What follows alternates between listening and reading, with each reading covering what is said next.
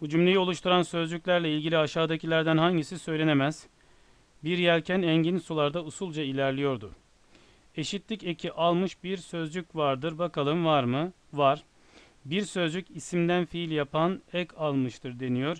Buna da bakacağız. İleriden ilerlemek. Bu da var. Birden fazla çekim eki almış sözcükler vardır diyor. Buradaki larler ekine de dikkat etmemiz lazım. Birden fazla çekim eki almış.